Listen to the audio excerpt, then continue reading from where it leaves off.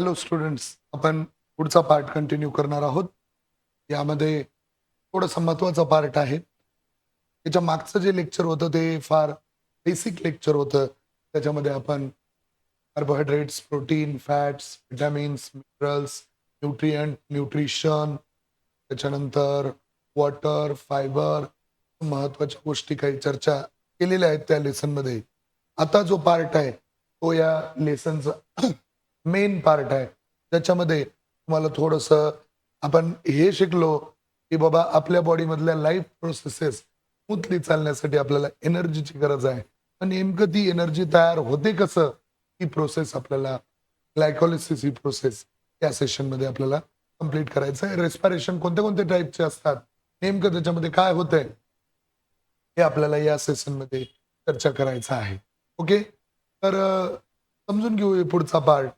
आता हे जे शिकवलेले व्हिडिओ आहेत, एक व्हिडिओ तुम्हाला 2 वेळा 3 वेळा बघायचा आहे.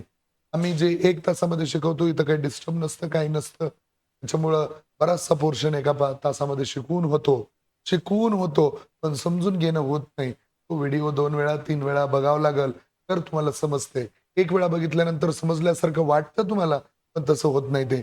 समजत नाही. तर प्रत्येक गोष्टीला रिव्हिजनची गरज आहे, रिहर्सलची गरज आहे आणि ते मल्टिपल टाईम रिव्हिजन जर करायचं असेल, तर हा व्हिडिओ पुन्हा बघायचा आहे.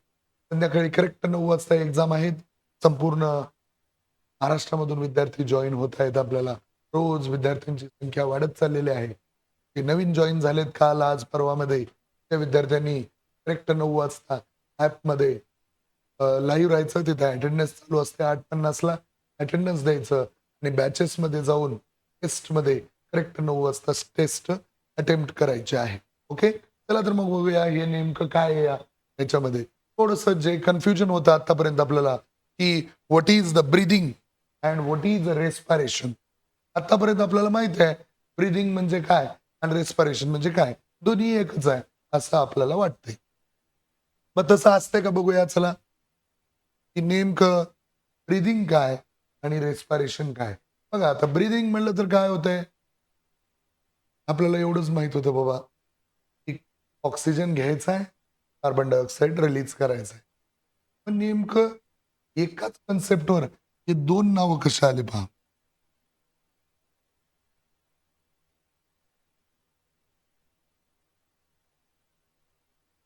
बघा रे, एक नाव ब्रीथिंग आणि दुसरं नाव आहे रेस्पिरेशन. तर समजून घेऊ. आतापर्यंत जे आपल्याला माहित होतं ते समजून घेऊ. ब्रीथिंग मध्ये काय करतो बघा. We pull the oxygen into body. Oxygen आपण श्वास घेतला म्हणजे काय घेतलं? ऑक्सिजन घेतलं. We pull the oxygen into the lungs and push out the carbon dioxide. म्हणजे जो ऑक्सिजन आहे तो बॉडीमध्ये घेणार, जे कार्बन डायऑक्साईड आहे ते बॉडीच्या बाहेर रिलीज करणार. मग हे ऑक्सिजन कुठे येतंय? लंग्स मध्ये. किती सोपी डेफिनेशन आहे बघा. किती सोपी डेफिनेशन आहे. काय म्हणलंय? In breathing we pull the oxygen into the lungs and push out the carbon dioxide. मग त्या प्रोसेसमध्ये फक्त आपण ऑक्सिजन घेतो, कार्बन डायऑक्साईड रिलीज करतो. ऑक्सिजन घेतो, कार्बन डायऑक्साईड रिलीज करतो. ऑक्सिजन घेतो, कार्बन डायऑक्साईड रिलीज करतो. या प्रोसेसला आपण काय म्हणणार आहोत? ब्रीदिंग. हे पूर्वी आपल्याला माहित आहे. आता काय माहित नाही आपल्याला? ते म्हणजे रेस्पिरेशन कशाला म्हणायचं? तर रेस्पिरेशन मध्ये येतंय बाबा, ऑक्सिजन बॉडीमध्ये घेणं. एवढं तर रेस्पिरेशन मध्ये येतच. बघा रे, respiration is not only the taking of oxygen. Respiration is not only taking of oxygen. ते तर आहेच. ऑक्सिजन बॉडीमध्ये घेतो. बट रेस्पिरेशन ऍक्च्युअल काय? It is the utilisation of oxygen. काय कळाल तुम्हाला? ढेकळ ते बी नाही. तर रेस्पिरेशन मध्ये आपण ऑक्सिजन घेतोच नाही असं नाही. पण एक्स्ट्रा एक गोष्ट होते इथं, युटिलायझेशन ऑफ ऑक्सिजन. घेतलेल्या ऑक्सिजनचा यूज करायचा कशासाठी? For the energy production. कुठं होते एनर्जी प्रोडक्शन? सेलमध्ये जे मायटोकॉन्ड्रिया आहे त्याच्यामध्ये एनर्जी प्रोडक्शन होतं. त्या एनर्जी प्रोडक्शनसाठी लागते कोण? ऑक्सिजन. आणि त्या ऑक्सिजनचा यूज करणे त्याला काय म्हणतो आपण? Respiration. Respiration is not only the taking of oxygen, but it is the utilisation of the oxygen for energy production. कळलं? एवढं लक्षात येतंय? म्हणून मायटोकॉन्ड्रियाला powerhouse of the cell किंवा एटीपी जनरेटिंग फॅक्टरी असं म्हणतात. हे पूर्वी आपण ऐकलेलं आहे, पण नेमकं आपल्याला काय असते माहित नाही. समजून घेऊ. आता बघा, in the mitochondria by using this oxygen energy is produced. म्हणजे मायटोकॉन्ड्रियामध्ये तो ऑक्सिजन आपण घेतलेला आहे, त्या ऑक्सिजनचं युटिलायझेशन होतं. त्या ऑक्सिजनचा यूज केला जातो. कशासाठी यूज करायचा ऑक्सिजनचा? तर घेतलेल्या ऑक्सिजनचा यूज हा एनर्जी प्रोडक्शनसाठी होतं. आणि बघा रे, in the respiration process living organism produces the energy. Respiration प्रोसेसमध्ये ऑक्सिजन घेणं, कार्बन डायऑक्साईड सोडणं हे तर आलं. ह्याच्या पुढची स्टेप आहे की घेतलेल्या ऑक्सिजनचं काय करायचं? Utilization of that oxygen for the energy production. Respiration is the process in a living organism which produces the energy which is necessary for the survival. जे आपल्याला जगण्यासाठी, जे आपल्याला एक्सटर्नल इंटरनल वर्क करण्यासाठी किंवा आपल्या बॉडीमधल्या सगळ्या लाईफ प्रोसेसेस व्यवस्थित स्मूथली चालण्यासाठी आपल्याला ज्या एनर्जीची गरज आहे ती एनर्जी रेस्पिरेशनच्या प्रोसेसमध्ये तयार केली जाते. कोणाच्या मदतीनं? ऑक्सिजनच्या मदतीनं. म्हणजे respiration is the utilisation of oxygen. Respiration is the utilisation of oxygen. बरेच विद्यार्थी मला जे लेक्चर होते ते लिहून पण पाठवत आहेत. बऱ्याच विद्यार्थ्यांचं आता एक ऑनलाईनच्या विद्यार्थ्यांचा आपण व्हॉट्सअपला ग्रुपही करायचा आहे. पण बघूया, एक ग्रुप सेकंड ग्रुप आपण तयार करणार आहोत. पहिला ग्रुप तर फुल आहे ऑलरेडी. बरेच विद्यार्थ्यांना एक डाऊट आहे की हे लेक्चर बघत असताना असं बघत बसते. असं बघितल्यावर काय ढेकळं कळत नाही तुम्हाला. तुम्हाला काय करावं लागेल? लेक्चर तर चालू आहे. समजा हेडफोन असतील तर हेडफोन टाकायचं, नोटबुक घ्यायचं आणि लिहित राहायचं. जेवढं तुम्ही ते लिहून घेत राहाल तेव्हा असं आम्ही आता बाजूला आलो, इथला व्हिडिओ पॉज करायचा. पॉज केलो आणि व्यवस्थित काळजीपूर्वक लिहून घ्यायचं. म्हणजे लेक्चर बघत असताना जसं आमची टीचिंग चालू आहे, तर तुमची लर्निंग चालू पाहिजे. Teaching and learning, reading and writing सगळ्या प्रोसेस एकदाच करणारा हा ऑनलाईन प्लॅटफॉर्म आहे. कोणत्या प्रोसेस होणार आहे? टीचिंग आमची चालू आहे, लर्निंग तुमची चालू आहे. रीडिंग तुम्ही करणार आहात, रायटिंग तुम्ही करणार आहात. ऑटोमॅटिक अंडरस्टँडिंग होणार आहे. सिंपल फंड आहे. लेक्चर बऱ्याच वेळा बघत राहा. ऑटोमॅटिक तुमचा अभ्यास झाला कधी कळणार नाही. लक्षात आलं मग? मग लक्षात घ्या रे, आता शब्द इथं ब्रीदिंग आणि रेस्पिरेशन वापरलं नाही. ब्रीदिंग साठी शब्द वापरलाय बॉडी लेवल रेस्पिरेशन. येऊ का रे? थोडं झूम करूया. हे बॉडी लेवल रेस्पिरेशन म्हणजेच तुमचं काय आहे? ब्रीदिंग. लेवल रेस्पिरेशन म्हणजेच काय? ब्रीदिंग. ब्रीदिंग मध्ये काय करतो आपण? Oxygen and carbon dioxide are exchange between body and surrounding. ऑक्सिजन काय होणार? सराउंडिंग मधून आपण घेणार आणि इकडच्या बाजूने समजा कार्बन डायऑक्साईड रिलीज करणार. सराउंडिंग आणि बॉडी, बॉडी आणि सराउंडिंग मध्ये ऑक्सिजन आणि कार्बन डायऑक्साईड काय होतात? एक्सचेंज होत. We pull the oxygen into the lungs, push out the carbon dioxide. त्याला आपण काय म्हणतो? ब्रीदिंग. पण तुमच्या इकडे शब्द काय वापरलाय पुस्तकामध्ये? Body level respiration. किती सोपं आहे बघा. डेफिनेशन म्हणत राहा. Oxygen and carbon dioxide is a exchange between body and surrounding. Body आणि सराउंडिंग मध्ये दोन गोष्टी, एक ऑक्सिजन आणि दुसरं कार्बन डायऑक्साईड. जसं हे मॅडम काय करतायत, कार्बन डायऑक्साईड आपल्या बॉडीमधून हळूच बाहेर पडणार आहे आणि ऑक्सिजन आपल्या बॉडीमध्ये लंग्स मध्ये जाणार. मग सराउंडिंग सोबत आपण एक्सचेंज केलं, त्यांच्याकडून ऑक्सिजन घेतलं, कार्बन डायऑक्साईड त्यांना रिलीज केलं. यामध्ये आपल्याला समजून घ्यायचं दुसरी टाईप, ही थोडी महत्वाची टाईप आहे पहा.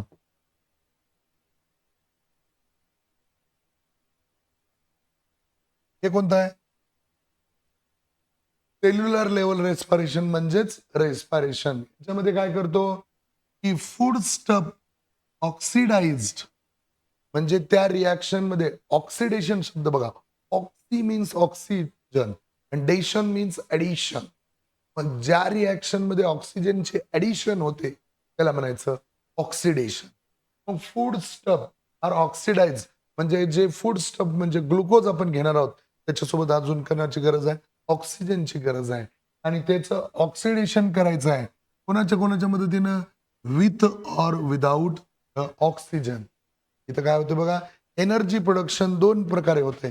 जे जे ऑर्गॅनिझम ऑक्सिजनच्या मदतीनं फूड स्टफचं ऑक्सिडेशन करत असतील किंवा ऑक्सिजनच्या मदतीनं रेस्पिरेशन असेल तर respiration with the help of oxygen. आणि अजून एक रेस्पिरेशन असते, रेस्पिरेशन विदाऊट ऑक्सिजन. बघा नीट समजून घ्या रे. Foodstuff are oxidise.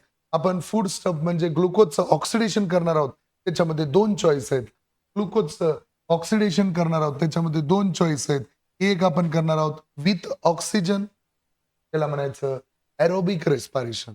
आणि दुसरं आपण करणार आहोत विदाऊट ऑक्सिजन, त्याला म्हणायचं अनएरोबिक रेस्पिरेशन. कळालं का? बघा थोडं समजून घेऊ इथं का होतंय. हो का रे? आता इथं सेल्युलर लेवल रेस्पिरेशन मध्ये दोन टाईप आले. ग्लुकोजचं ऑक्सिडेशन करायचं आहे.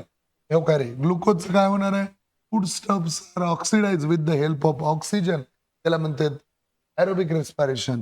डिफरन्सच तयार करू. इथं ग्लुकोजचं काय होतंय, कम्प्लीट ऑक्सिडेशन होते. कारण या रिॲक्शन मध्ये ऑक्सिडेशनसाठी महत्वाचं होतं ऑक्सिजन, इथं ऑक्सिजन आहे. ग्लुकोजचं काय होतं इथं दिसलेलं का बघा, कम्प्लीट ऑक्सिडेशन होत आहे. आणि कम्प्लीट ऑक्सिडेशन झाल्यामुळं इथं जी एनर्जी तयार होते ती कशी होते, मॅक्सिमम अमाऊंट ऑफ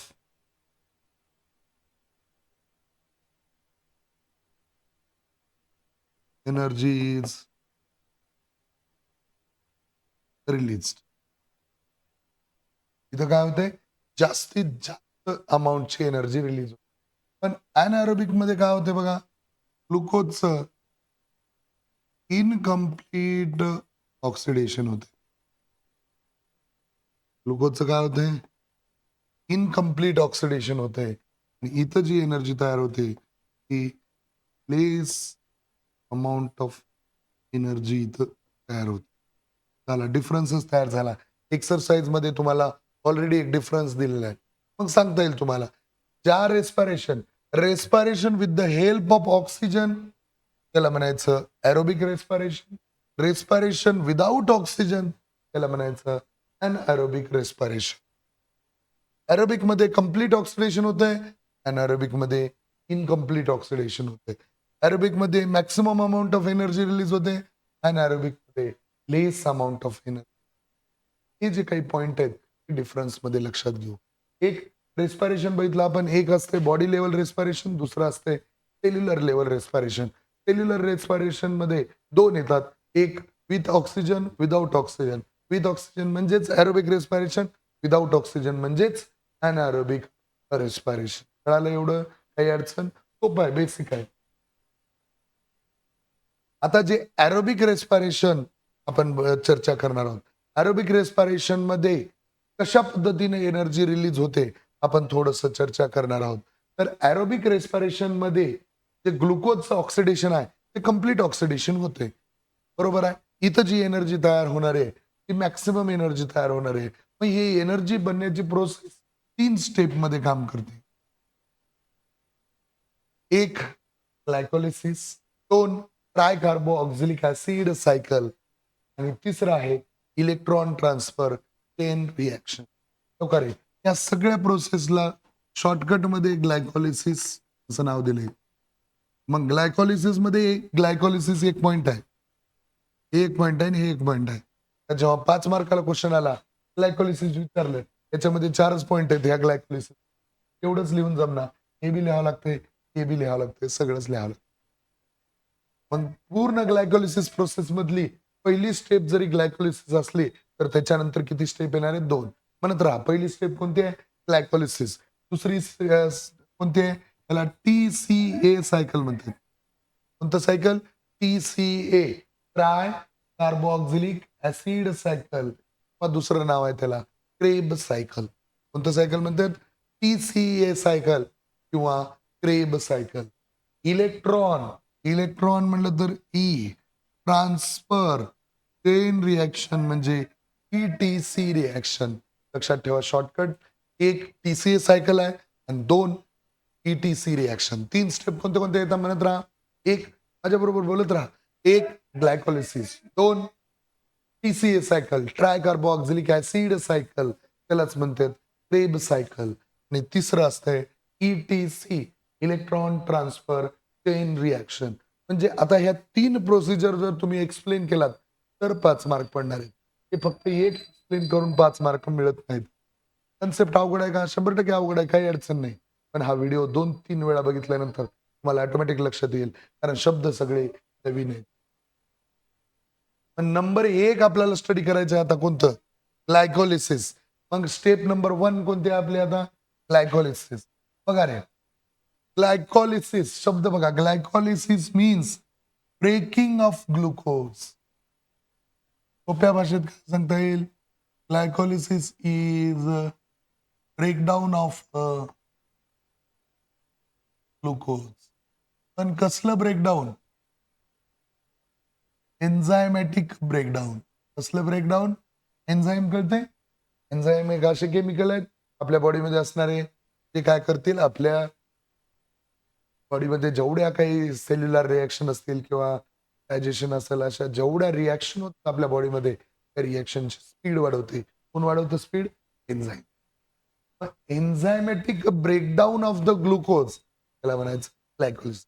एक एक शब्द पाठ करत व्हिडिओ एवढंच पाठ करा, पुढे चला. एवढंच लर्न करा, पॉज करा, लर्न करा, पॉज करा, लर्न करा.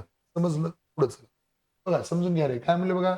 एन्झायमॅटिक म्हणजे एन्झाईम कशासाठी? तर ते स्पीड वाढली पाहिजे. नाहीतर आज जेवण केलो, उद्या पचन होणार, परवा एनर्जी मिळणार, तोपर्यंत मरते. राहते का माणूस तोपर्यंत? राहत नाही. एन्झाईम्स काय करतील? पटकन जेवण झालं, पटकन पचन झालं आणि पटकन एक्सक्रिटरी सिस्टम, लगेच थोडं पाणी पिलो, थोडं लगेच पचन झालं, लगेच यायला गेलो, मोकळं. ओके, असं होत असते. समजून घ्या. Enzymatic breakdown of the glucose.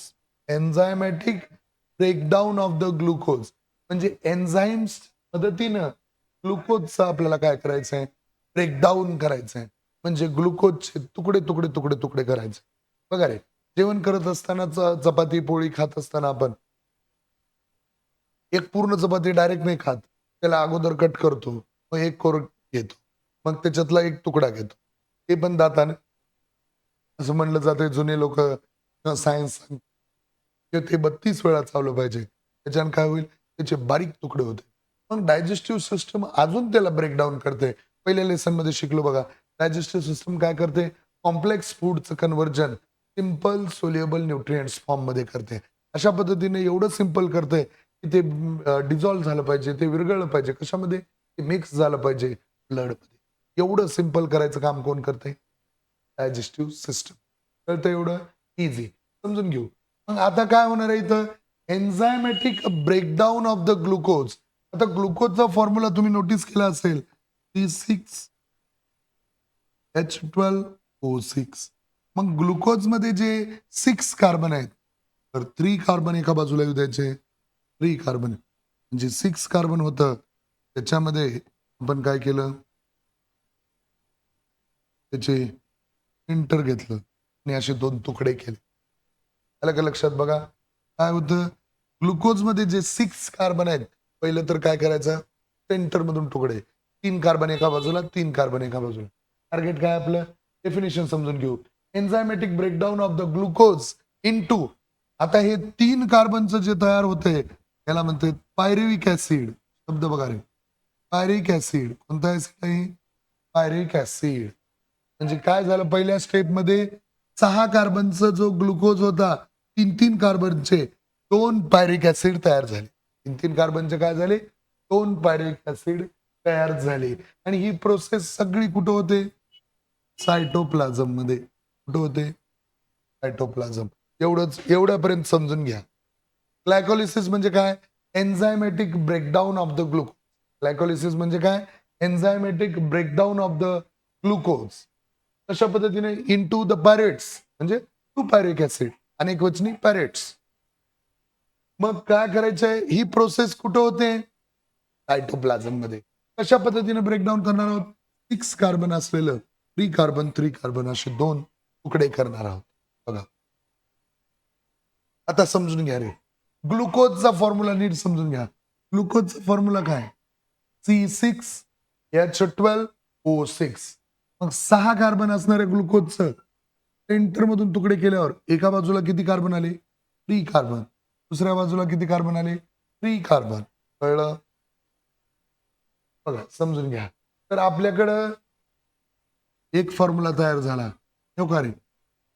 C3H4O3 343 लक्षात ठेवा.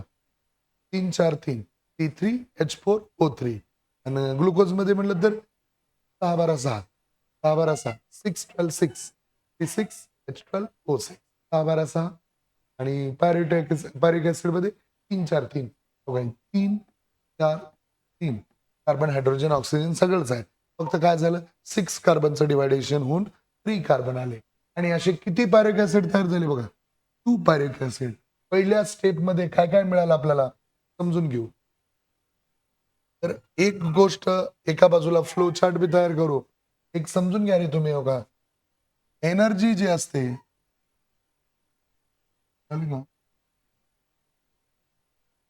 कलर बदलो यायचे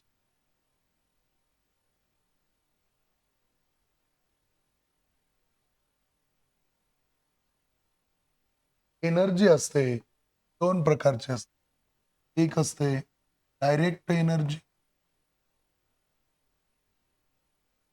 ही कशाच्या स्वरूपात आहे ATP तेच एडिनोसाइन ट्रायफॉस्फेट जे आपल्या बॉडीला जी एनर्जी समजते जी बॉडी एनर्जी युटिलाइज करू शकते कोणत्या स्वरूपात असते फॉस्फेटचा ग्रुप आहे. ट्राय मीन्स 3 फॉस्फेटचा ग्रुप आहे.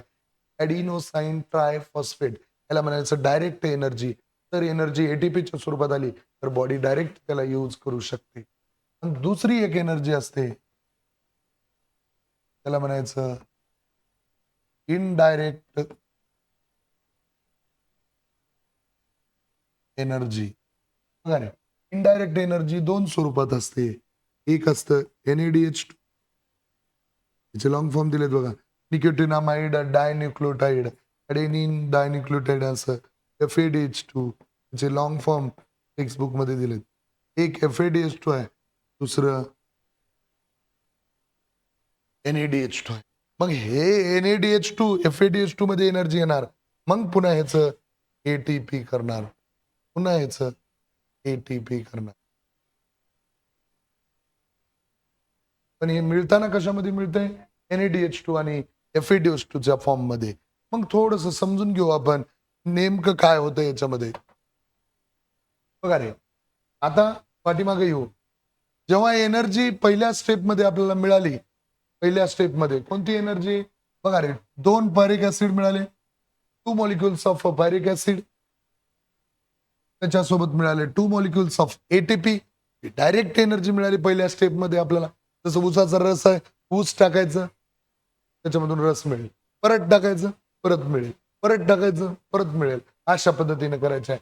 पहिल्या स्टेप मध्ये आपल्याला काय मिळाले 2 molecules of pyruvic acid 2 molecules of ATP 2 molecules of NADH2 and 2 molecules of water. काय मिळालं पहिल्या स्टेप मध्ये असा फ्लो चार्ट तयार करायचा. आपल्याकडे काय होतं पहिल्या स्टेप मध्ये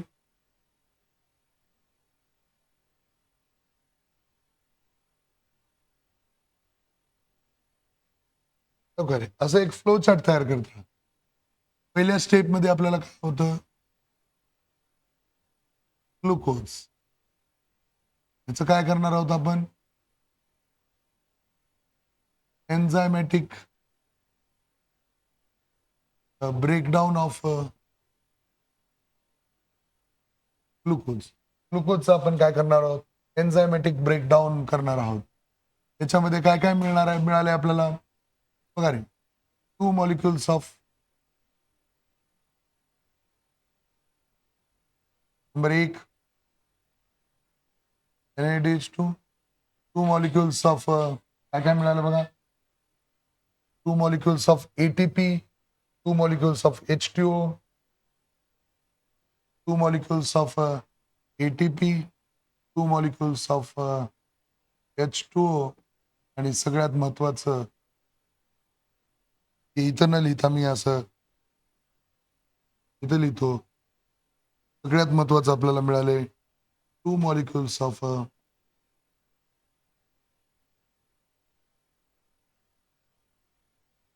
पायरुव्हिक ॲसिड. आलं का लक्षात बघा? 2 मॉलिक्युल्स ऑफ सगळ्याचे 2 मॉलिक्युल्स. NaDH2 ही कशी एनर्जी आहे? NaDH2 कशी एनर्जी मिळाली? इनडायरेक्ट. ATP कसं मिळालं? Direct energy. आणि याचे किती मॉलिक्युल्स आहेत? 2 मॉलिक्युल्स. सोबत वॉटर मिळालंय आणि सगळ्यात महत्वाचं काय झालं? 6 कार्बनचे तुकडे होऊन 3 कार्बन तयार झाले. मग थोडं लक्ष द्या इकडं. परत ह्या रिएक्शन मध्ये येऊ आपण. ते ग्लुकोज पासून 3 कार्बनचा पायरिक ऍसिड झाला. ह्याचे अजून तुकडे तयार होऊन इथं तयार होतंय 2 मॉलिक्युल्स ऑफ ऍसिटिल को एन्झाईम ए. काय तयार होतंय? 2 मॉलिक्युल्स ऑफ ऍसिटिल को एन्झाईम ए सोबत तयार होते 2 molecules of NaDH2, 2 molecules of carbon dioxide. काय काय तयार झालं? लई सोपं आहे बघा. की पायरिक ऍसिड जे तयार झालं ह्याच्यापासून तयार होते 2 मॉलिक्युल्स ऑफ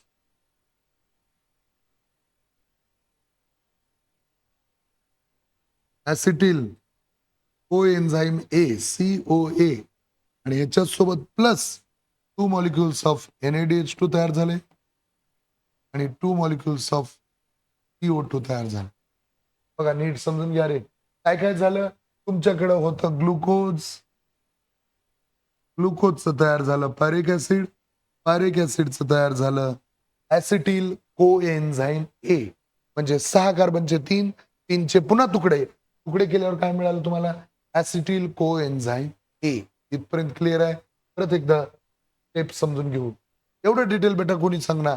शाळेमध्ये तुमच्या हे लेसन झालं असेल पण तुम्हाला हे कधी झालं ते बी माहित नाही. समजून घ्या. तुमच्याकडे काय होतं? ग्लुकोज. 6 कार्बनचं ग्लुकोज होता बरोबर. मग ग्लुकोजचं काय तयार झालं? पायरिक ऍसिड. पायरिक ऍसिड सोबत कोण कोण आलं? 2 molecules of ATP, NaDH2 and H2. मग पायरिक ऍसिडचं पुन्हा कन्व्हर्जन कशामध्ये झालंय? ऍसिटिल कोएन्झाईम ए. मग ऍसिटिल कोएन्झाईम ए सोबत काय मिळालं? इनडायरेक्ट एनर्जी मिळाली 2 मॉलिक्युल्स ऑफ NaDH2 आणि इथं मिळाले 2 मॉलिक्युल्स ऑफ CO2. काय मिळाले? 2 मॉलिक्युल्स ऑफ CO2. कळालं एवढं? लई सोपं बघा. ग्लायकोलिसिस काय? Glycolysis is the enzymatic breakdown of glucose into the pyruvates. पहिल्या स्टेप मध्ये काय होतं मग? ग्लुकोजचं ब्रेकडाऊन होऊन 2 molecules of pyruvic acid plus 2 ATP plus 2 NaDH2 plus 2 वॉटर मिळते. जे तुम्हाला पायरिक ऍसिड आलतं त्याचं काय मिळालं? ऍसिटिल कोएन्झाईम ए. मग आपण लक्षात ठेवू हेच. बघा दिसत नसल झूम करतो बघून लिहा. बघा रे समजून घ्या. हे डायग्राम पुन्हा स्क्रीनशॉट काढून ठेवा तुमच्याकडे. बघा नीट समजून घ्या. 6 कार्बनचे तुकडे झाले 3 कार्बन तयार झालं. 2 पायरिक ऍसिड तयार झाले. मग 2 पायरिक ऍसिडचं पुन्हा कोण तयार झालं? ऍसिटिल कोएन्झाईम ए. तुम्ही फ्लो लक्षात ठेवायचं. असं डोळे बंद करायचं. ग्लुकोजचं काय तयार झाले? 2 पायरिक ऍसिड. 2 पायरिक ऍसिडचं काय तयार झालं? ऍसिटिल कोएन्झाईम ए. इथपर्यंत क्लिअर आहे सगळ्यांना?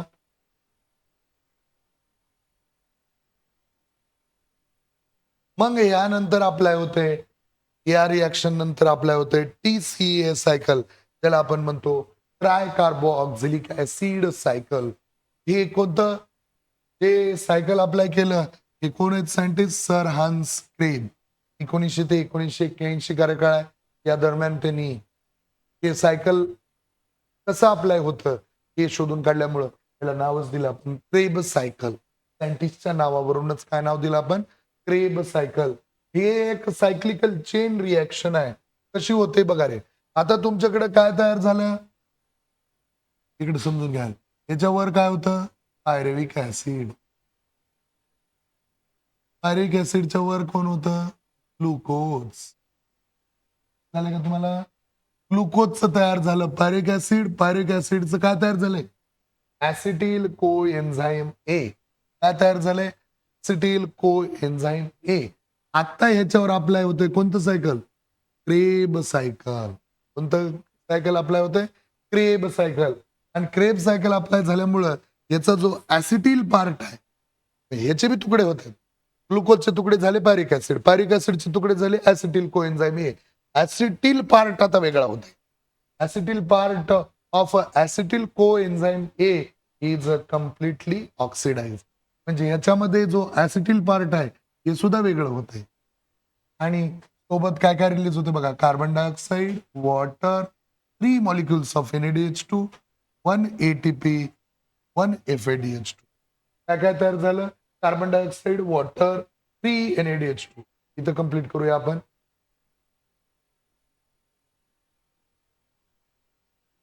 हे फ्लोचार्ट डबल तुम्हाला काय तयार करून दिलेलं? हे शॉर्टकट आहे पहा बेटा.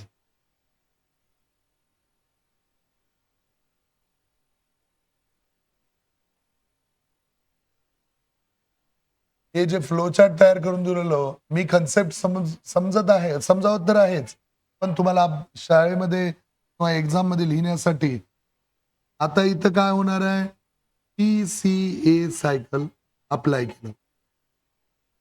TCA सायकल अप्लाय केलं. कोणतं सायकल म्हणायचं त्याला? Try carboxylic acid cycle. हे सायकल अप्लाय केल्यामुळे काय काय मिळालं? CO2, H2O, 3 NADH2. थोडं थोडं पाठ करूया. हे बघा इथं काय काय मिळालं? CO2, H2O, 3 NADH2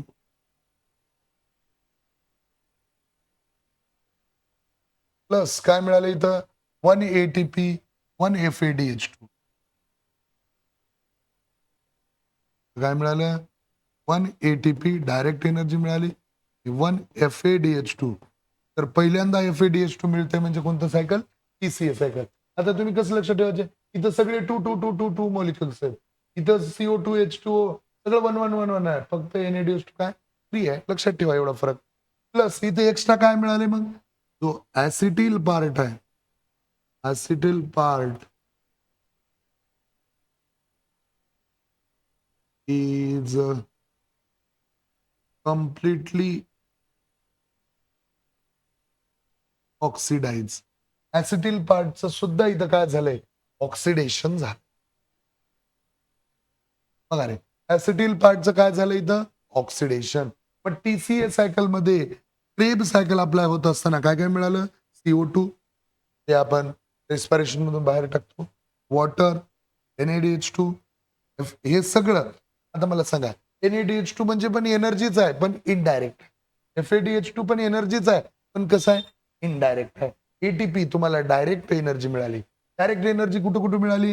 नको इथं 2 मॉलिक्युल्स ऑफ ATP मिळालते, इथं 1 मॉलिक्युल्स ऑफ ATP मिळालते. पण एक गोष्ट लक्षात घ्या, 2 1 न जमना आपल्या बॉडीला चांगलं स्मूथ वर्किंग करण्यासाठी 38 मॉलिक्युल्स ऑफ ATP ची गरज आहे. किती? 38 मॉलिक्युल्स ऑफ ATP, जे तुम्हाला फिल इन द ब्लँक्स मध्ये बऱ्याच वेळा विचारलं जातं. किती मॉलिक्युलची गरज आहे? 38. मग आता किती झाले इथं? 2. इथे किती झाले? 1. 3 मॉलिक्युल झाले. पण आपल्याला किती पाहिजे? 38. म्हणजे आपल्याला काय करावं लागेल? NADH2, FADH2 याचं सुद्धा कन्व्हर्जन कशामध्ये करावं लागेल? ATP मध्ये करावं लागेल. आणि ATP मध्ये करून सगळ्यांचे ऍडिशन करून किती मॉलिक्युल व्हायला पाहिजे? 38. कळलं एवढं? लक्षात येतंय? मग काय झालं बघा इथं? काय काय मिळालं मग? ऍसिटिल पार्टचं कम्प्लीट ऑक्सिडेशन झालं. तुम्हाला काय काय मिळालं मग इथं? Carbon dioxide, water, 3 NADH2, 1 ATP, 1 FADH2. सगळं 1 1 1 1 1 1 आहे. फक्त NADH2 किती मिळाले? 3 मॉलिक्युल्स ऑफ NADH2 मिळाले. ही झाली दुसरी रिएक्शन. पहिल्या रिएक्शन मध्ये काय मिळालं? ग्लुकोजच मिळालं होतं, पायरिक ऍसिड. पायरिक ऍसिड पासून तयार झालं होतं ऍसिटिल कोएन्झाइम ए. आता ऍसिटिल पार्टचं पण कम्प्लीट ऑक्सिडेशन झालं आणि सोबत सोबत तुम्हाला carbon dioxide, H2O, NADH2, ATP, FADH2. फक्त NADH2 किती आहे? 3 मॉलिक्युल. एवढं मिळालं काय अडचण? बघा समजून घ्या. आता राहिली तिसरी रिएक्शन कोणती आहे? Electron transfer chain reaction. ही चेन रिएक्शन ETC रिएक्शन ह्याच्यासाठीच आहे की जे जे इनडायरेक्ट एनर्जी होती म्हणजे कोण? इनडायरेक्ट एनर्जी म्हणजे NADH2 आणि इनडायरेक्ट एनर्जी म्हणजे FADH2. डायरेक्ट एनर्जी म्हणजे कोण? जे जे तुम्हाला NADH2 तयार झालं होतं, जे जे FADH2 तयार झालं होतं, याचं कन्व्हर्जन, इनडायरेक्ट एनर्जीचं कन्व्हर्जन कशामध्ये होते? डायरेक्ट एनर्जी म्हणजे ATP मध्ये होते. कसं होतंय बघा, तर तुमच्याकडे वन मॉलिक्यूल ऑफ NADH2 असेल, वन मॉलिक्यूल ऑफ NADH2 त्याच्यावर अप्लाय केलो आपण ETC, electron transfer chain reaction, तर त्याच्यापासून मिळतात 3 ATP. बघा किती सोपं झालं बघा. 1 NADH2 gives 3 ATP. तसंच 1 FADH2 gives 2 ATP plus extra काय रिलीज होतं इथं? वॉटर रिलीज होतं. ही रिएक्शन कोणती आहे? Electron transfer chain reaction. ते बेटा तुम्ही 5-10 वेळा व्हिडिओ बघा, तर तुम्हाला हे ग्लायकोलिसिस समजणार आहे. मग आता लक्षात आलं का? याला कंप्लीट करूया. कोणता आपला फ्लो चार्ट?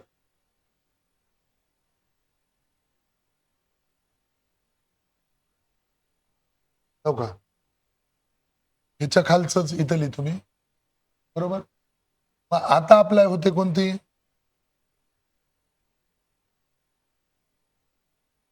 इलेक्ट्रॉन ट्रान्सफर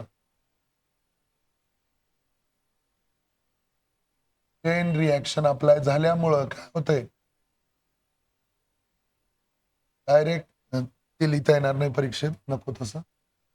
तर इथं काय होतंय? 1 NADH2 gives 3 molecules of ATP. होत ना?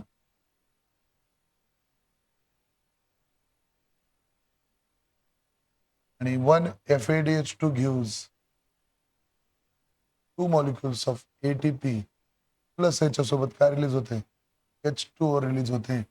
अशा पद्धतीनं तुम्हाला फायनल काय मिळालं? ATP.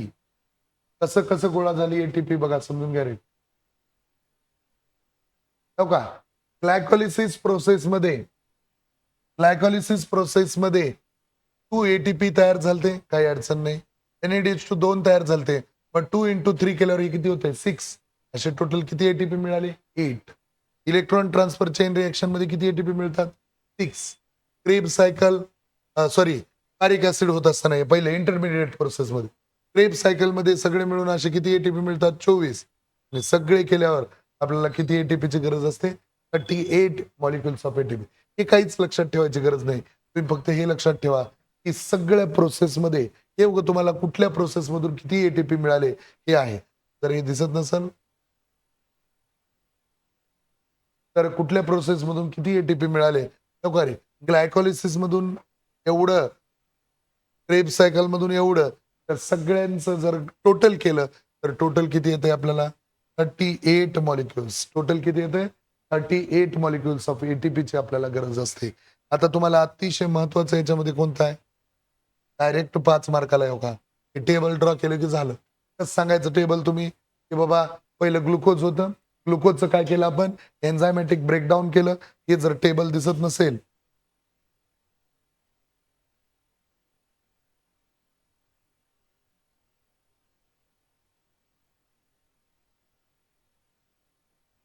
हं. आता लिहून घेता येतील तुम्हाला. व्यवस्थित पॉज करून बऱ्यापैकी दिसतंय बघा.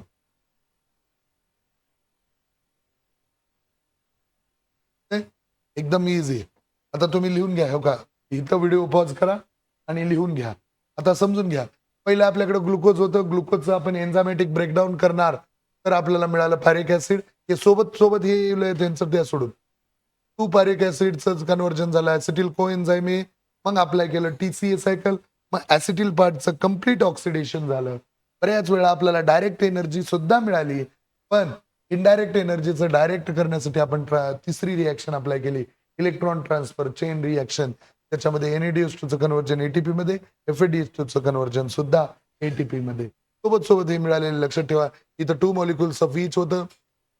बरोबर? काही अडचण फक्त इथं 3 मॉलिक्युल्स ऑफ NADH2 आहे. बाकी सगळे 1, 1, 1, 1 आहेत. हे 1-2 वेळा, 3 वेळा, 4 वेळा लिहून काढलं की ऑटोमॅटिक लक्षात येण्यासाठी. ओके? आपण इथं थांबूया.